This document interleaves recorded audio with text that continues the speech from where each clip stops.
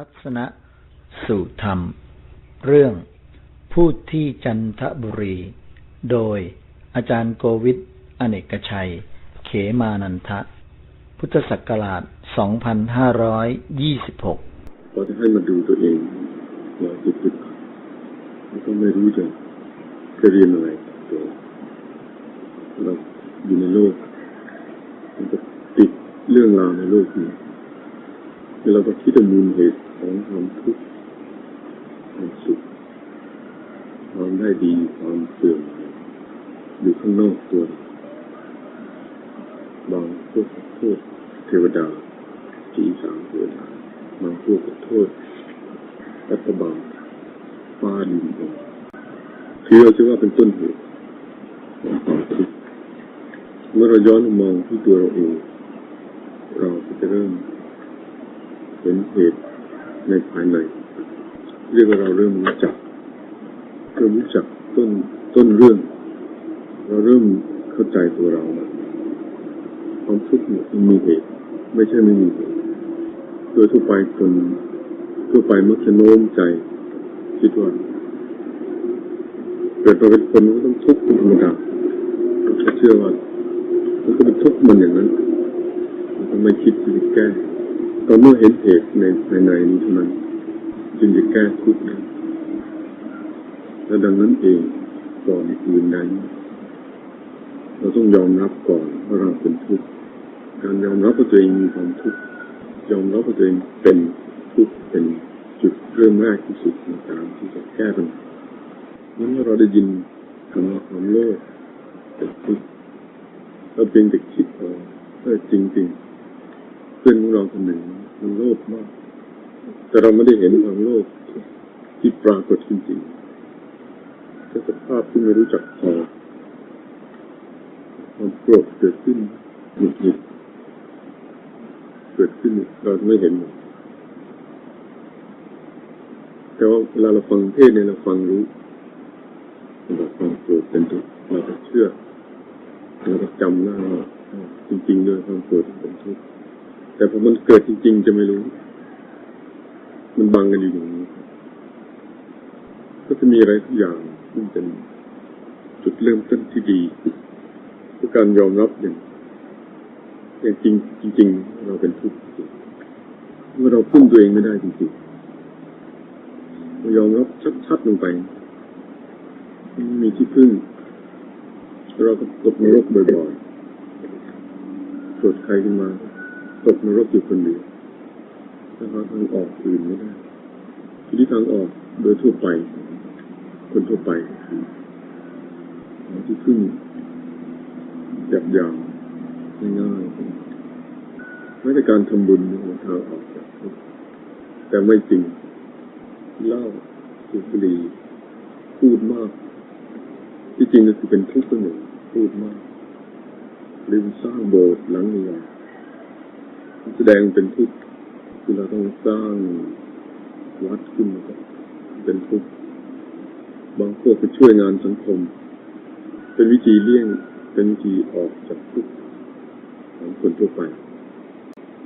คือเลี่ยงไปไม่อยากจะรับรู้ทุกข์ผมเมื่อสมัยที่ผมปฏิบัติอยู่รู้สึกเป็นทุกข์มากเป็นทุกข์ตั้งแต่เส้นผมถึงปลายปีก็ผมรู้สึกว่าชีวิตนั้นเป็นก้อนหนึ่งของความทุกข์จะหันหน้าไปทางไหนรู้สึกเป็นทุกข์หมดความรู้สึกเป็นทุกข์ก็มากขึ้นแล้วเมื่อเราไม่เลี่ยงมันเราไม่หลบเราไม่หาทางแก้เลยความทุกข์อันนี้มันจะเปลี่ยนนิสัยมันจะค่อยๆแปลภาพเป็นสมาธิแล้วมันจะค่อยๆทำให้เราเข้าใจคนอื่นขึ้นเห็นคนพูดมากเพื่อนเรารู้สึกเข้าใจเขาจริงๆเพราะอะไรเขาพูดมากซึ่งที่ก่อนเราคายเกลียดหรือเห็นคนมีสูบบุหรี่กินเหล้าเราจะเริ่มเห็นใจเข้าใจก็เขาเป็นทุกข์ก็เขาไม่รู้แล้วเขาไม่กล้าพอที่จะยอมรับเขาเป็นทุกข์คนพูดมากคือคนที่เหงาชอบพูดมันได้ระบายคือการที่เราเลี่ยงหลบจากความทุกข์ตัวเอง ทำให้เราไม่รู้จักทุกข์ก็มัวแต่หลบอยู่สิ่งที่เกิดขึ้นกับเราเป็นสิ่งเรื่องกิเลสต้องการอะไรต่างๆมาเราไม่เห็นมันตรงๆเราจะไม่เข้าใจกิเลสเกิดขึ้นกับเราไม่รู้400 ถึง 1,000 ครั้งโดยทั่วไปเนี่ยเราอยากจะหลุดพ้นจากกิเลสซึ่งอันที่จริงถ้าเราไม่ต้องการจริงไม่น่าจะอยู่แต่ข้อสำคัญที่สุดคือเราไม่รู้จักกิเลสการปฏิบัติธรรมชนิดที่เป็นความสงบนั่งนิ่งหลับตาหวังว่ากิเลสจะหมดจะน้อยคล้ายๆกับเอาข้าวสารใส่ข้าวเปลือกใส่ในครกสีแบบโบราณแล้วไม่ยอมสีก็นั่งนิ่งนั่งดูมันก็สงบมันเอาข้าวเปลือกก็ใส่ในครกแล้วไม่ยอมบดไม่ยอมสีก็เลยสงบแต่ถ้าเป็นเรื่องราวของปฏิบัติวิปัสสนาจริงแล้วเราข้าวเปลือกก็ใส่ในครกก็เริ่มสีแล้วข้าวสารจะออกตามเรื่องในการสีจะมาเปรียบด้วยการเคลื่อนไหวตอนข้าวเปลือกมาใส่ก็มาทำตั้งสติขึ้นให้รู้ตัวแล้วก็เริ่มสีข้าวการรู้นี้ถ้ามันไปรู้อยู่ส่วนหนึ่งส่วนใดจิตไปกำหนดนิมิตส่วนหนึ่งส่วนใดอยู่ตาไปดูอันหนึ่งอันใดอยู่หูไปเงี่ยฟังอันหนึ่งอันใดอย่างนี้การสมถะการกำลังจึงถ้าทำนั้นบ่อยๆมันจะไม่เป็นวิปัสสนาเพราะมันติดนิสัยที่จะดูอะไรบางสิ่งฟังอะไรบางอย่างรู้อะไรบางเรื่องวันนี้ในการที่จะทำวิปัสสนาเราทำตาเนี่ยให้เห็นตามธรรมดาเบิกตาแต่ไม่ได้ดูทำหูให้ได้ยินทุกสิ่งให้ฟังแต่ไม่ได้ยินทำใจให้รู้แต่ไม่รู้ถ้าเป็นอย่างนี้จิตจะไม่มีนิมิตเมื่อจิตอยู่เหนืออารมณ์นะอารมณ์ที่เข้ามาความคิดก็ไม่ต้องไปสนใจคนที่เดินข้างไม่ต้องไปรู้ไม่ต้องไปสนใจเรียกไม่สนใจอะไรเลยมันไม่สนใจแล้วสักสิ่งแต่ว่ารู้ตัวอยู่ดังนั้นมันจึงรู้หมดมันจึงรู้ทั่วหมดตรงนี้เรียกปัญญาเพราะปัญญาแปลว่ารู้ทั่วเมื่อเราดูป่าเมื่อเราเห็นป่านั้นเราไม่เห็นต้นไม้แต่เมื่อเราดูต้นมะม่วงนั่นมาเราจะไม่เห็นป่าเพ่งจ้องอันหนึ่งเราจะไม่รู้จักป่าดังนั้นนิสัยที่จ้องเป็นนิสัยที่แก้ยากไม่เจริญปัจจุบันมันจะเป็นสมถะอยู่เรื่อยเพราะมันติดคิดพอคิดก็ต้องมีวัตถุที่ตั้งของการคิดติดนานจะชอบด่าเพื่อนติดเหล้าติดกินติดผู้หญิงติดผู้ชายที่จริงไม่ติดอารมณ์ติดคิดเท่านั้นติดคิดขึ้นมาจะไปสูบฟินสูบกัญชาเดี๋ยวเดินแล้วสายซื้อกัญชาติดกัญชานั้นมันเรื่องทีหลังติดคิดถ้าไม่นึกถึงกัญชานั้นมันก็ไม่ต้องไปทีนี้มันมีอาการเสพติดคนหนึ่งมันเสพติดต่ออารมณ์ที่จะเกิดเมาอารมณ์ขึ้นมาถ้าอาการทางกายแสดงเป็นการวิงเวียนบ่อยๆรู้สึกกระสับกระส่ายทางออกไม่พบวันนี้เรากำหนดรู้อารมณ์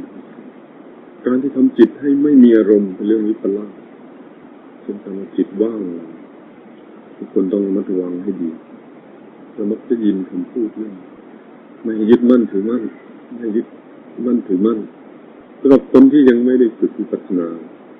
ไปปฏิบัติไม่ยึดมั่นถือมั่นเข้ามันเป็นการยึดถือมันเป็นการยึดเอาความไม่ยึดมาเป็นอารมณ์วันที่มันจะติดอารมณ์หรือแม้ปฏิบัติปล่อยวางก็การความไม่รับผิดชอบ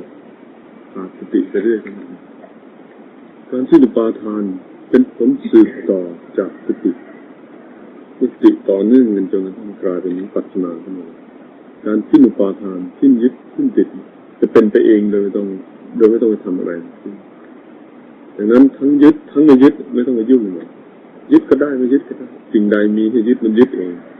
สิ่งใดไม่มีอยู่แล้วไม่ยึดเองทิ้งเองทีนี้ถ้าปฏิบัติจิตว่างจะเดินจิตว่างอย่างนี้วิปลาสจิตไม่มีอารมณ์เรื่องวิปลาสจิตจะต้องมีอารมณ์เข้ามาให้รับรู้จึงจะเป็นเรื่องจริงแต่ปัจจุบันไม่ติดอารมณ์ที่มันรู้อารมณ์แต่จิตหลงอารมณ์คือมันว่างไปเลยอย่างนี้วิปลาสนะจิตจะต้องรู้อารมณ์ในนี้เป็นสิ่งที่เรียกเบื้องต้นจิตอยู่เหนืออารมณ์จนทั้งไม่ใส่ใจอารมณ์แต่ก็รู้อันนั้นเป็นบั้นปลายถ้าใครหยิบผิดขั้นตอนเหมือนจะเอาเพื่อนก็สูบบุหรี่ยื่นบุหรี่ให้ไอ้นี่ไม่รู้ก็สูบประทางที่มีไฟนั่นก็เลยร้อนปากธรรมชาติของจิตมันเป็นธรรมชาติที่รู้อารมณ์ในความหมายจริงๆเข้ามาให้รู้ภาษาไทยมันแปลว่าอารมณ์แปลว่าดีใจดีแต่ในความหมายนี้จริงๆเข้ามาให้รับรู้ขั้นต้นนี้จิตเราต้องฝึกให้จิตรู้อารมณ์เมื่อรู้อยู่เช่นนี้ต่อเนื่องกันขึ้นมันจะเข้าไปขวางกั้นการรู้อันนี้ซึ่งเป็นธรรมชาติแท้ๆของมันเข้าไปขวางกั้นไม่ให้อารมณ์มันจับจิตคล้ายๆกันไม่ให้น้ำเนี่ยเปียกเข้าไปในขนเป็ดธรรมชาติขนเป็ดมันเป็นมันเมื่อเรารู้ตัวอยู่ชื่อว่าเรากำลังคุ้มครองใส่เสื้อฝนแล้วมันก็ไม่กลัวฝนตกก็เดินฝ่าฝนถ้าใครใส่เสื้อฝนตอนกลางวันแดดเปรี้ยงๆนะตลกทีนี้พูดถึงอารมณ์ที่เราจะรู้จักที่เราปฏิบัติก้าวขึ้นไปสู่วิปัสสนาเบื้องสูงการเจริญวิปัสสนานั้นทำเรื่องเดียวก็ไม่รู้จะทำมากเรื่องพูดกันมากเรื่องเดียวรักษาศีลเจริญสมาธิไปทุดงทำโน้นทำนี้คิดว่านี่เป็นการปฏิบัติธรรมะนั้นทำเรื่องเดียวและให้ทำยืนอย่างนี้ส่วนการที่มันจะก้าวไปเป็นเรื่องของมันเป็นเรื่องการเดินทางทางใจมันจะทำแหละมันแรกแทรกซึมอะไรเรื่องของมันแต่เรายืนอย่างเดียวคือความรู้ตัวก็จากจุดนี้การเดินทางนั้นคือมันเดินทางออกนอกสมมติคือมันจะรู้สมมติรู้ประมัดขึ้นมาเรียกว่าเดินทางแต่ยิ่งเดินทางธรรมเท่าไหร่มันก็เดินมารู้สึกตัวสูงเท่านั้นดังนั้นมันเดินอยู่ข้างในทางก็เป็นเรื่องของมันเองถ้าเราจับตาดูภูเขาลูกหนึ่งเราเห็นภูเขานั้นอยู่ลางๆแล้วก็เดินไปบางตอนไม่เห็นบางตอนเห็นแต่มันจะชัดขึ้นเรื่อยๆมันจะชัดขึ้นจนกระทั่งเราเข้าถึงภูเขาตรงนั้นแล้วจะไม่เห็นมันอีกเลย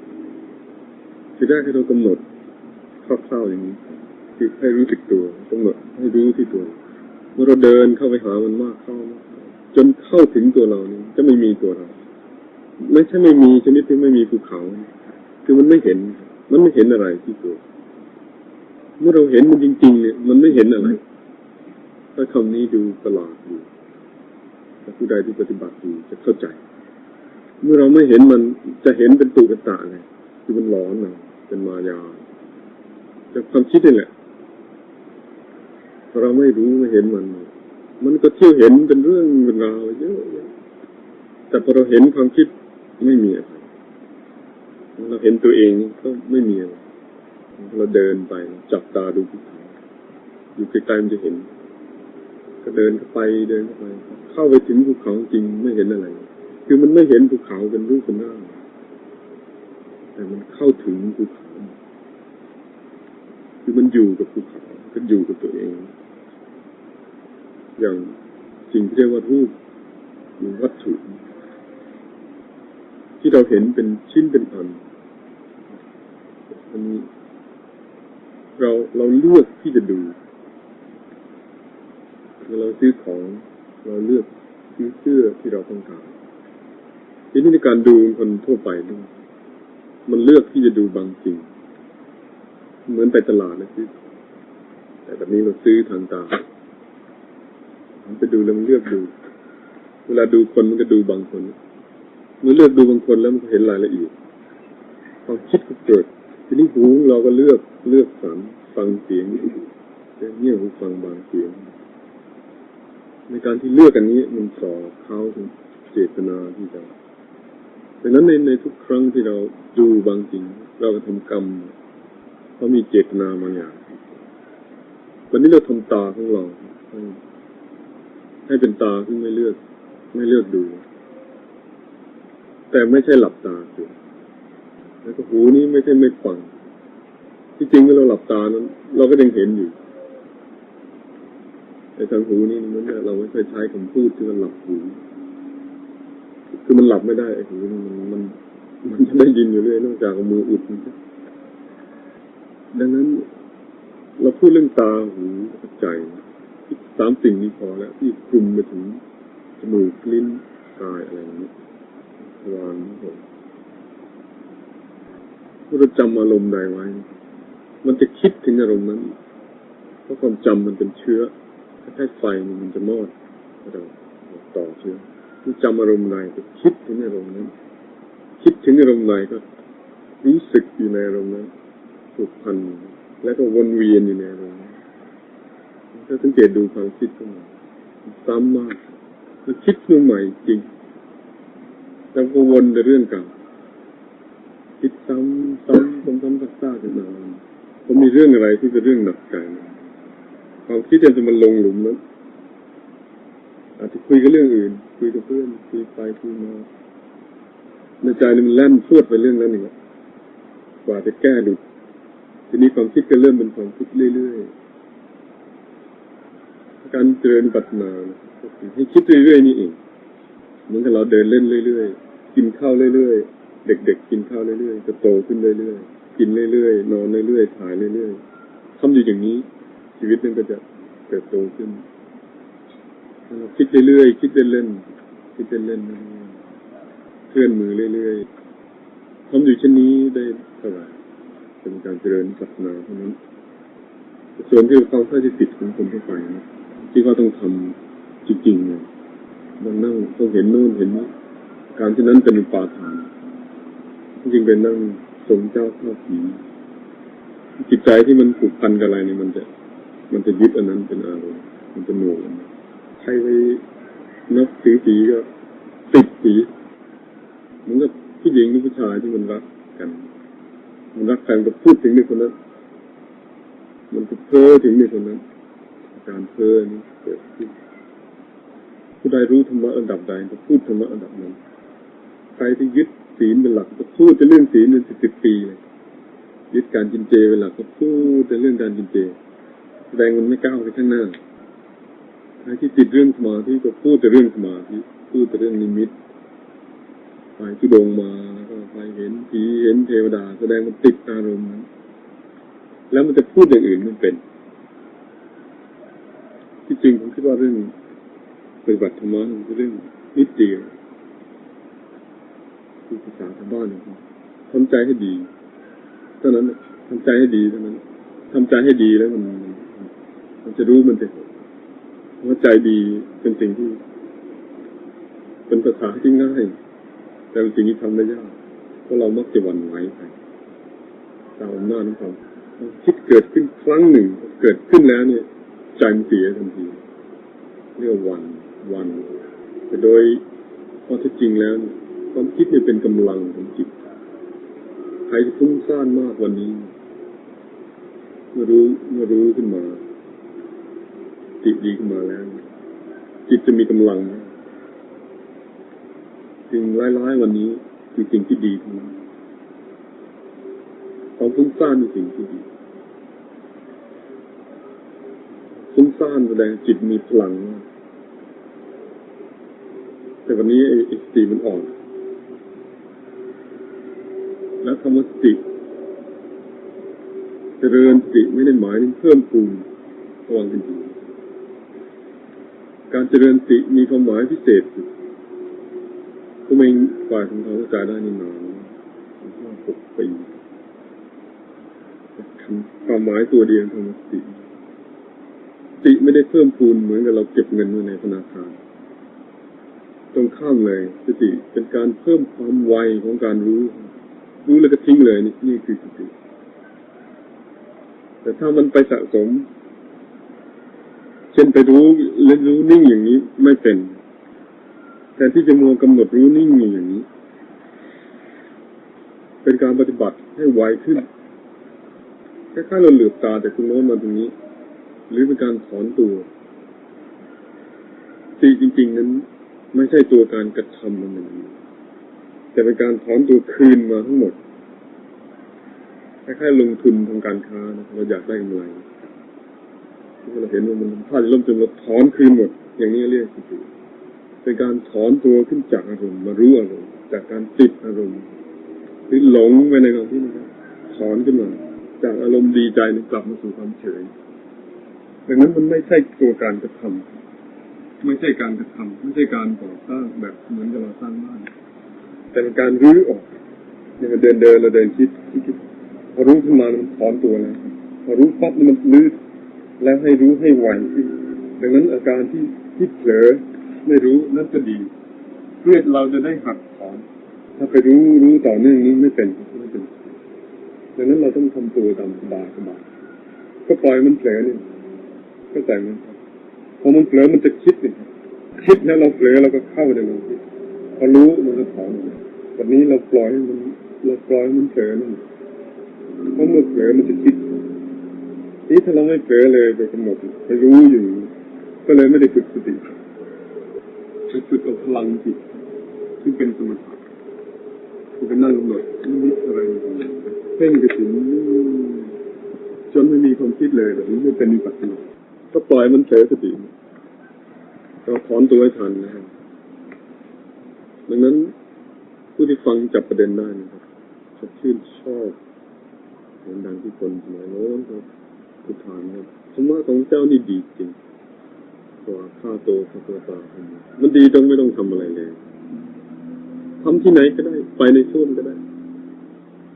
ไปตลาดไปเพราะมันไม่ต้องทำอะไรมันไม่ต้องลงทุนอะไรไม่ต้องเสียเงินไม่ต้องที่ไหนก็ได้เวลาไหนก็ได้ดังนั้นเป็นการฝึกเพื่อถอนมันไม่ต้องมานั่งหลังกดหลังแข็งหลับตาแล้วกำหนดอะไรเข้าป่าไปอยู่ถ้ำเป็นปีๆอดข้าวอดน้ำไอ้นี่คนละเรื่องกับสติคนละเรื่องกันแหละอันนั้นเป็นวัฒนธรรมประเพณีเท่านั้นดังนั้นสติไม่ใช่การสะสมด้านปริมาณและก็ไม่ใช่ด้านคุณภาพด้วยมันไม่มีคุณภาพไม่มีปริมาณแต่มันมีความไวเท่านั้นเป็นการฝึกให้ไวขึ้นในการถอนตนรู้แล้วก็ทิ้งเลยทิ้งหมายความปล่อยให้มันเผลออีกนั่นเองไม่ทราบเข้าใจพอรู้ก็เสร็จแล้วปล่อยมันเผลออีกเพราะว่าถ้าไม่ปล่อยให้มันเผลอมันก็ไม่คิดเสียเราก็ไม่ได้ฝึกอีกเมื่อทำอย่างนี้นี่ครับเผลอบ้างรู้บ้างเผลอบ้างรู้บ้างจุดนี้เป็นจุดสำคัญมากมันเป็นอย่างนี้มันจะกระตุ้นเอาตัวสติตัวในผมเรียกว่าตัวในที่จริงเป็นตัวเดียวเหมือนว่าน้ำข้างนอกคูนอกคูบ้านเรากับน้ำในคูบ้านเราก็น้ำเดียวกันแบบนี้สติตัวในจะถูกกระตุ้นขึ้นมาซึ่งในตัวนี้จะเป็นตัวลืมตัวฟังอาจจะยุ่งเวียนหัวนะสตินี่แปลว่ารู้ตัวไอ้นี่สติตัวที่เรากำหนดขึ้น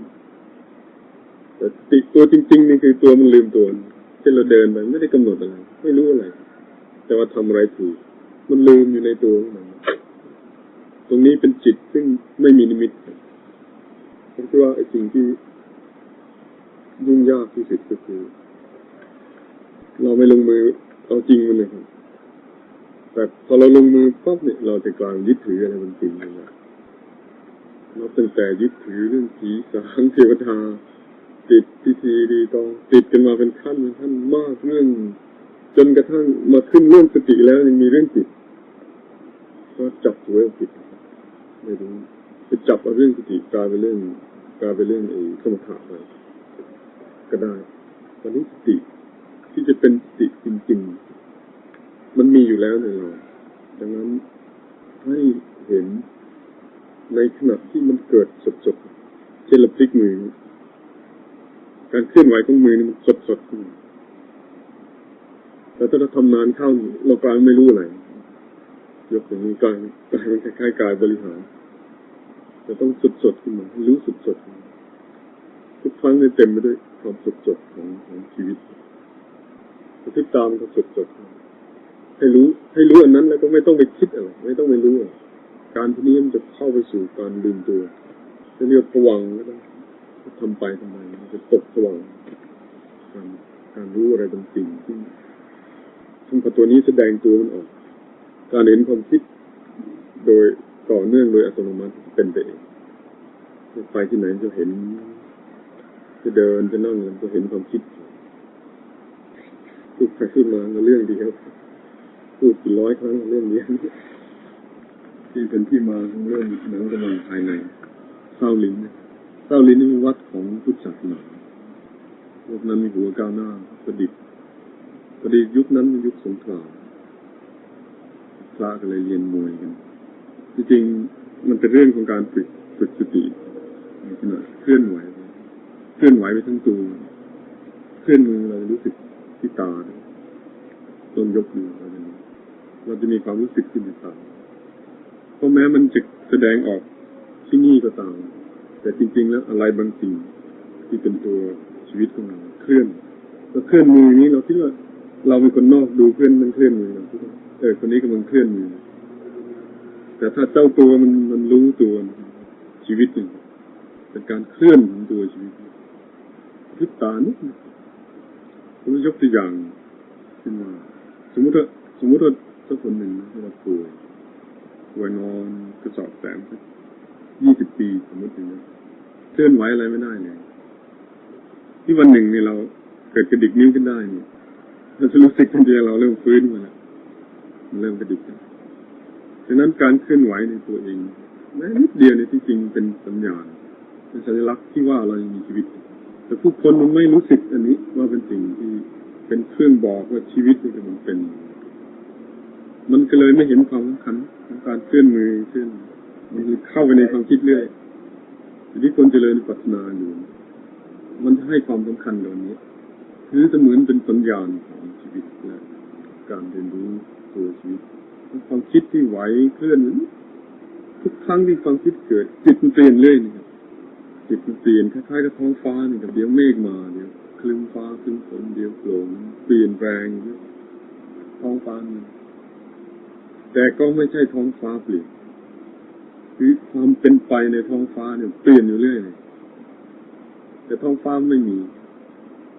เข้าใจไหมครับท้องฟ้ามันมีที่ไหนแต่ว่ามันมีพูดแล้วเหมือนโกหกตัวเองท้องฟ้านี่มันไม่มีแต่มันมีเราเดินทางในท้องฟ้านี่เดินมันที่จะจบเลยมันไม่มีนั่นเองแต่มันปรากฏเรื่องราวจิตใจนี่ใจจะเรียกมีก็ได้ไม่มีก็ได้แต่เรื่องราวที่เกิดที่ใจนี่มากผมจะเปรียบคำว่าใจเมื่อเราขุดหลุมเราเสียมาทั่วมาขุดดินขุดหลุมดินเราบอกเราขุดหลุมที่จริงเราขุดดินไอ้หลุมมันไม่เกี่ยวกับดินเลยเราขุดดินออกไอ้หลุมก็ที่จริงหลุมมันไม่มีนะแต่มันมีที่ดินถูกโกยออกเพราะให้ดีเพราะว่าเราทำอะไรกับหลุมไม่ได้เลยแต่เราทำกับดินแต่เราจะให้หลุมช่องว่างนี้แคบเนี่ยเราก็ถมดินเข้าไปแคบอยากให้ช่องนี้กว้างเราโกยดินออกเราไม่ได้ทำอะไรกับหลุมดังนั้นจะเรียกว่าหลุมมีก็ได้ไม่มีก็ได้ใจนี่มันจะเรียกมันมีก็ได้ไม่มีก็ได้มันประหลาดตรงนี้เรื่องราวทั้งหมดมันเกิดที่ใจแต่ใจไม่มีเข้าใจว่าใจไม่มีแล้วเรื่องที่เกิดก็ไม่มีไปด้วยอันนี้ที่ว่าจิตไม่มีนิมิตก็คือมันเข้าถึงใจคนรู้จักใจแล้วเนี่ยมันรู้ชัดเลยว่าสิ่งทั้งหมดที่เกิดไปตามเรื่องตามราวแต่ถือว่าเป็นความมีก็ได้เป็นความไม่มีจุดนี้เองเป็นจุดซึ่งผู้รู้ครั้งอดีตได้พยายามที่จะค้นหาเทคนิคของการปฏิบัติต่างๆมาประยุกต์เข้าเพื่อจะแก้ไขช่วยให้คนได้รู้อย่างง่ายๆขึ้น นั้นโยคะไฮเก๊กอะไรถูกประดิษฐ์คิดค้นขึ้นอย่างมวยจีนที่ยืนขึ้นลงมาจากหลังเคลื่อนมืออย่างนี้ที่จริงเป็นการเจริญสติและเป็นการเจริญสติพร้อมๆกับเป็นการบริหารร่างกายนั้นสิ่งนี้เป็นวัฒนธรรมชั้นสูงวัฒนธรรมชั้นสูงของคนเอเชียโดยเฉพาะคนจีนโยคะมาจากอินเดียจริงๆโยคะก็มีจุดมุ่งหมายเช่นเดียวกับ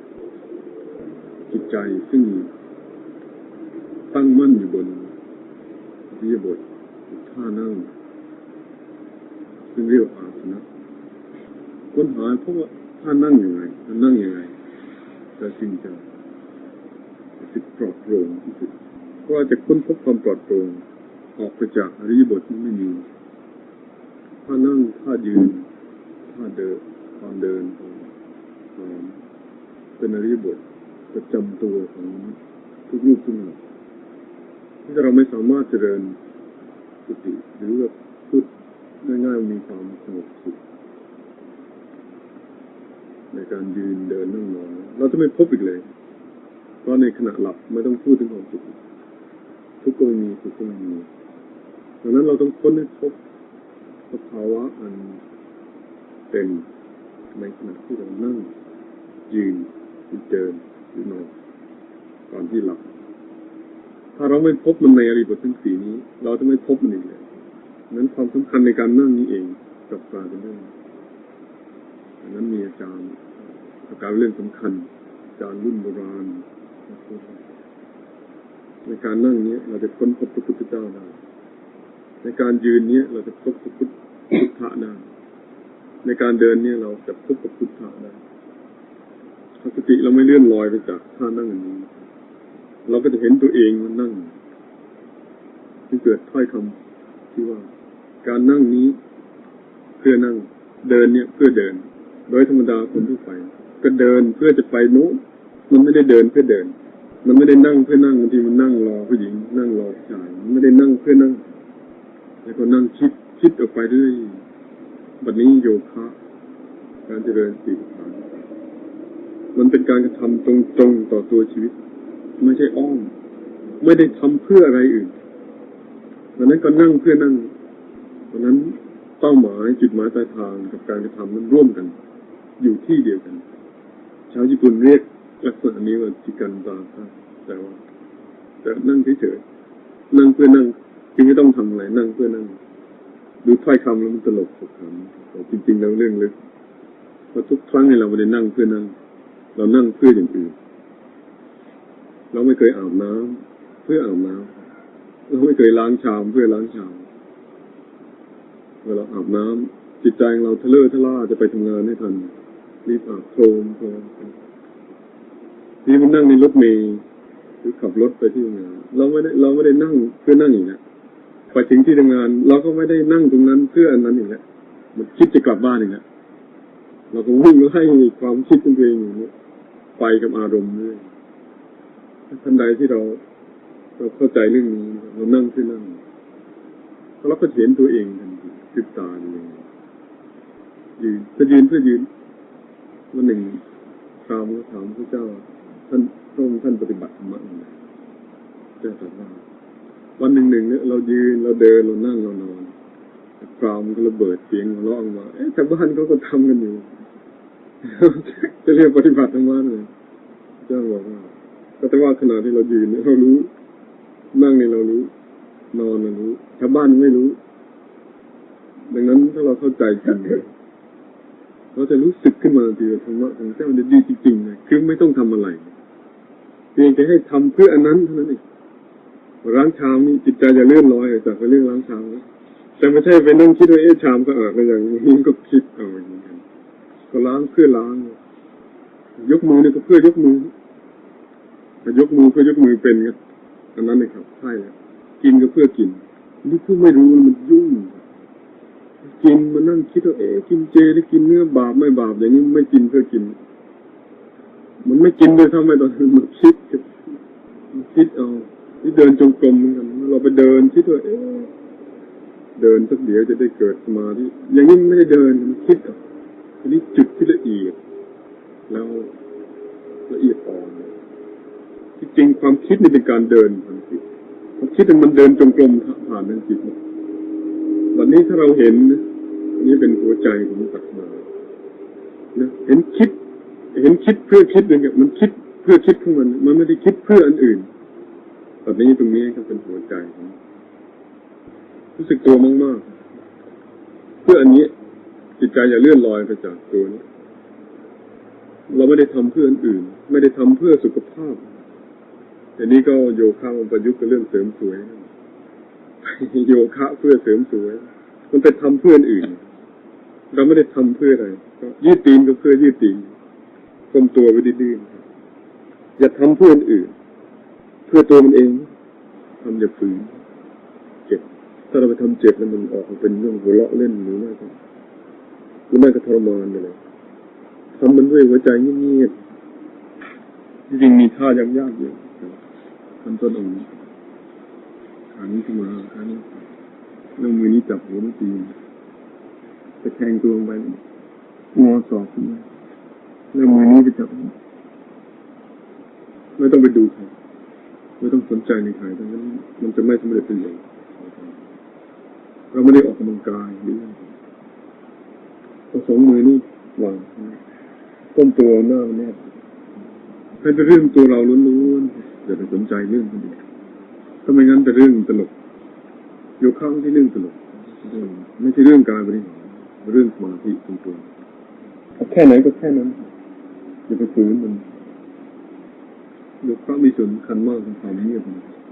การเคลื่อนไหวทุกครั้งเราให้เงียบยกมือเพราะในความเงียบมันจะสัมผัสตัวมันเองมันจะรู้ชัดขึ้นมาทั้งตัวนี้ไม่ใช่ตัวอื่นตัวนี้แต่ถ้าเรานั่งนิ่งอย่างนี้ไม่ได้เพราะในการเคลื่อนไหวเท่านั้นเราจึงจะรู้เจ้าตัวนี้ได้